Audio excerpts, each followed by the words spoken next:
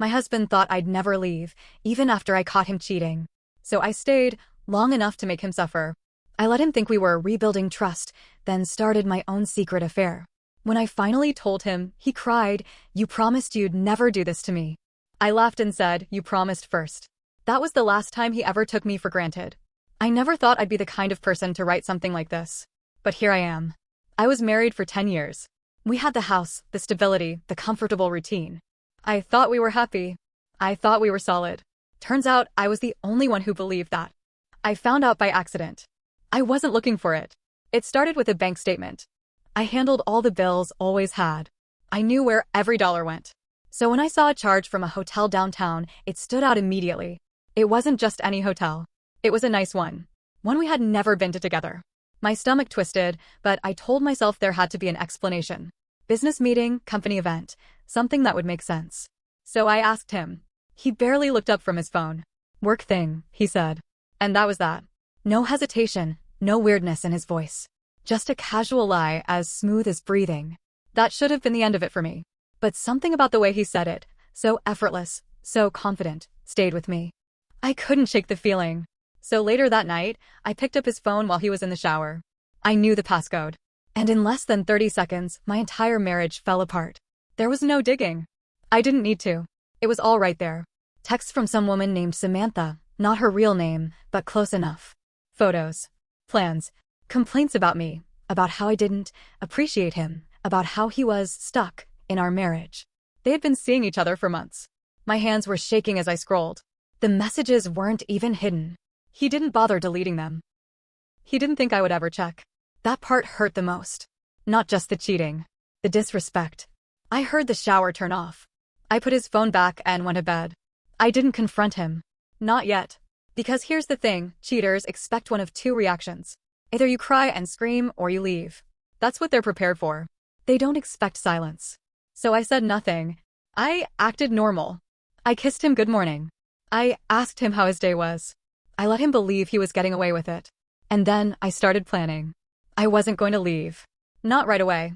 That would be too easy for him. No, I was going to make him feel safe. I was going to let him believe we were rebuilding. And while he thought he was winning, I was going to make him pay. I started small. I stopped nagging. Stopped complaining when he stayed out late. If he wanted to text her while I was sitting next to him, I let him. I smiled more. I was sweet. At first, he was cautious. He must have thought I suspected something. But after a couple of weeks, he relaxed. He got comfortable again. And that's when I started making changes. I started working out. Nothing dramatic, just small improvements. Eating better, dressing better.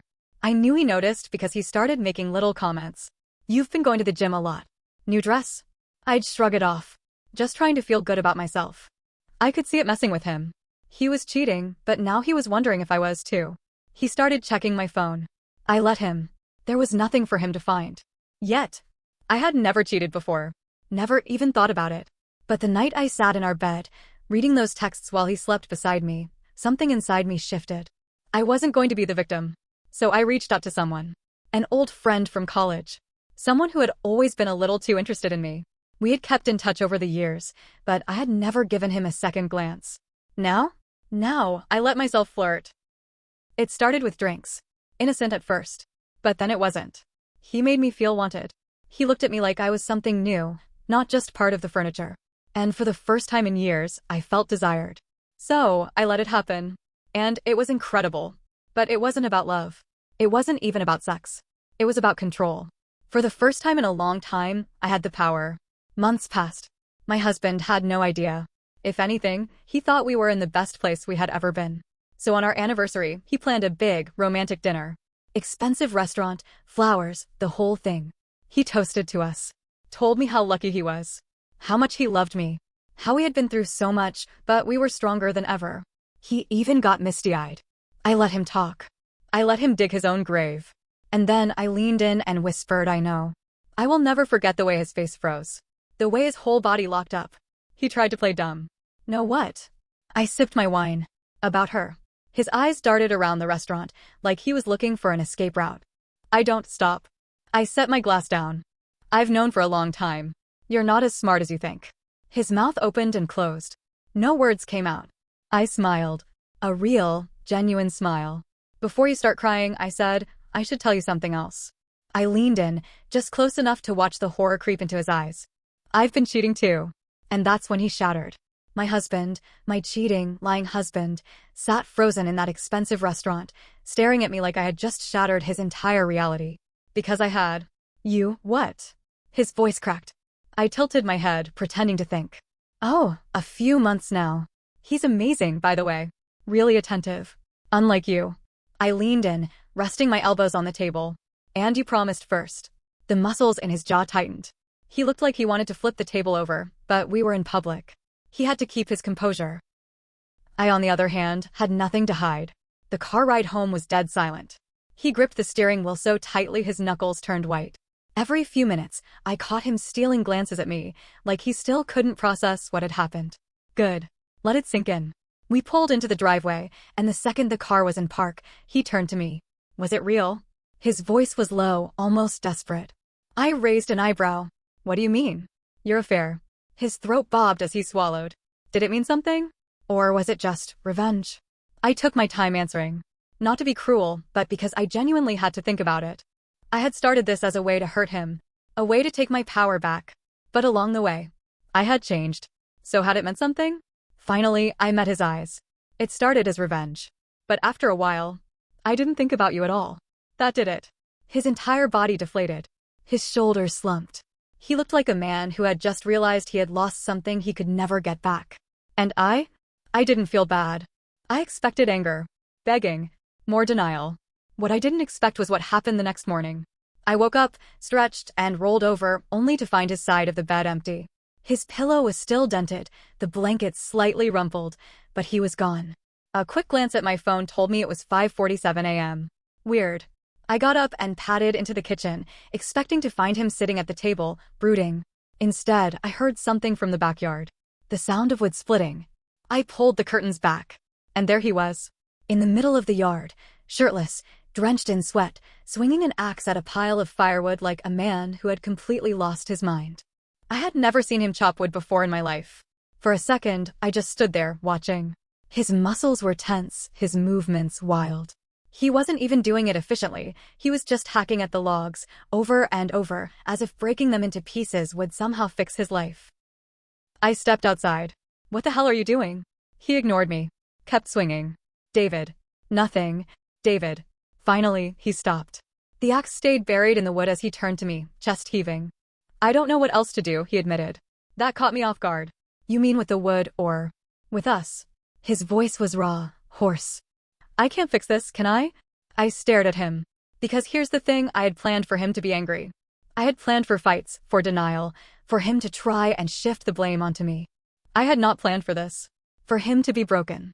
I took a slow breath, choosing my words carefully. You don't get to ask me that. Not after what you did. I know. His hands tightened into fists. But I need to know. Do you want this to be over? I didn't answer. Because for the first time since this all started, I didn't know. I thought I had all the power. I thought I had this figured out. But then, 3 days later, I found something that changed everything. I was in the garage, looking for some old paperwork in a box labeled Taxes 2019, when I saw another folder tucked behind it. It had my name on it. Curious, I pulled it out. Inside were printed out bank statements, my credit card history, phone records, even screenshots of my social media messages. And at the very bottom, a single piece of paper, an appointment confirmation, with a divorce lawyer, dated 2 months before I found out about his affair. My stomach dropped. Because if that was true, if he had been planning to leave me before I ever caught him cheating, then everything I thought I knew was a lie. I stared at that paper for so long my vision blurred. An appointment with a divorce lawyer. 2 months before I found out he was cheating. My pulse pounded in my ears. My first thought was, why? Was it guilt? Did he feel bad about sneaking around and decide to end things the right way? Or was it something worse?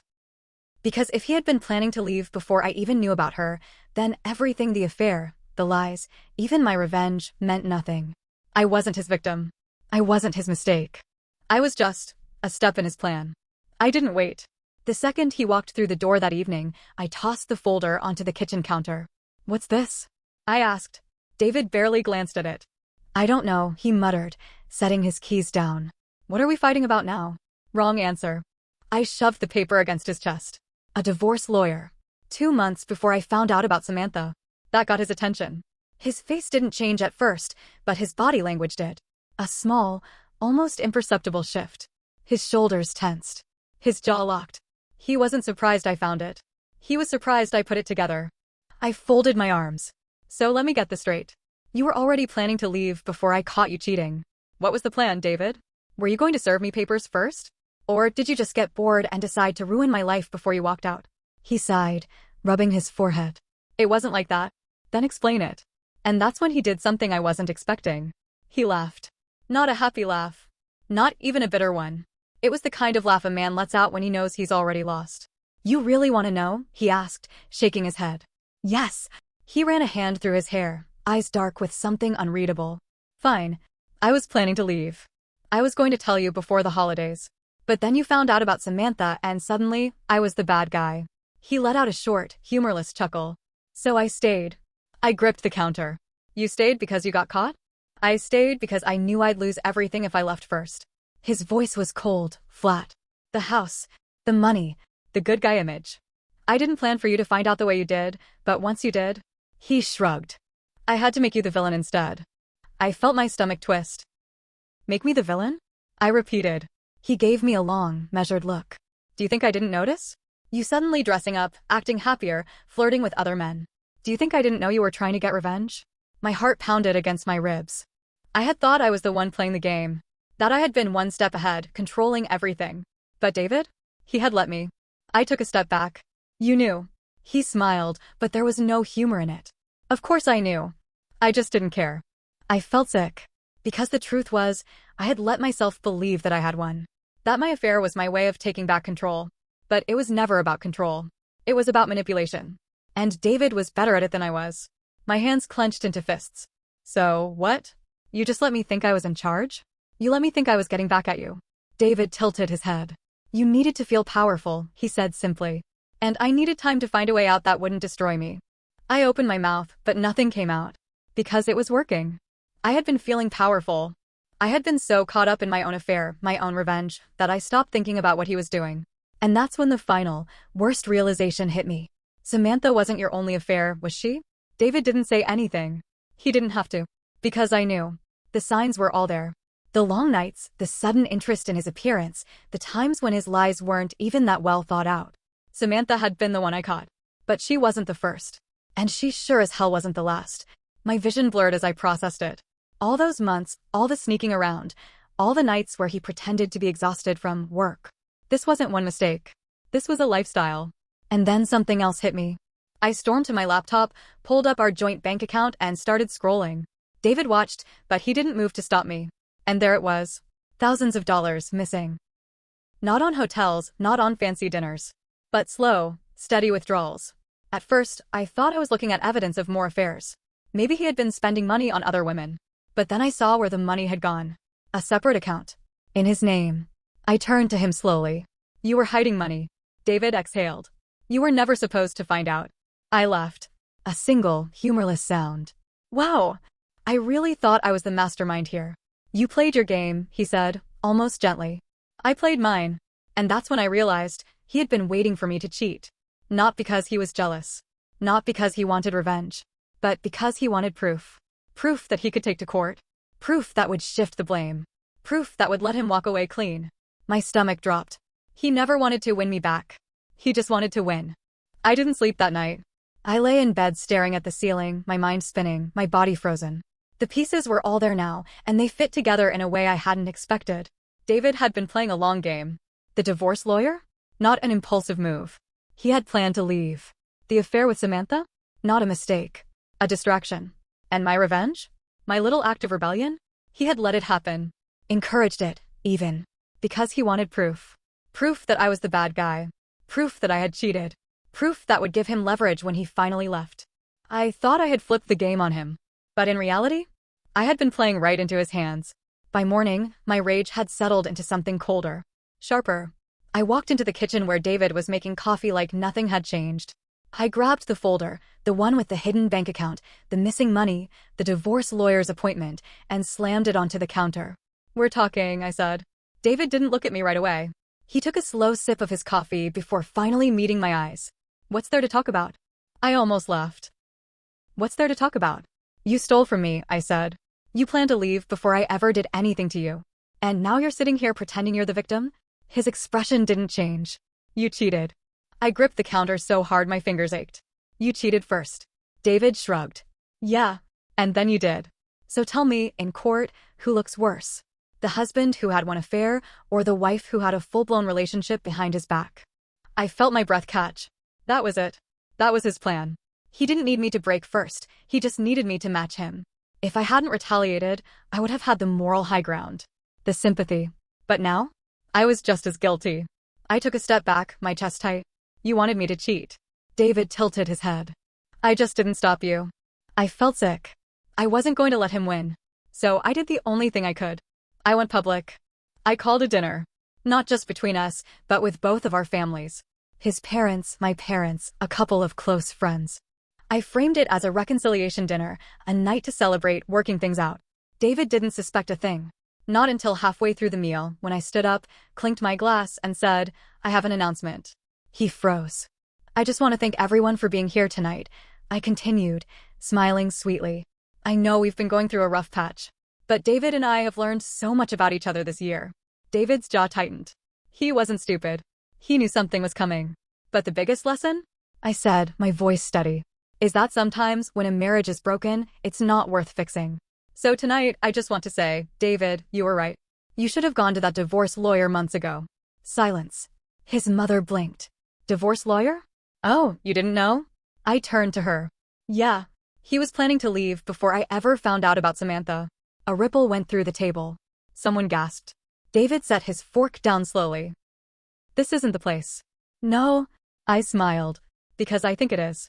I pulled out my phone and hit play. His voice filled the room. A recording. Taken from our last argument.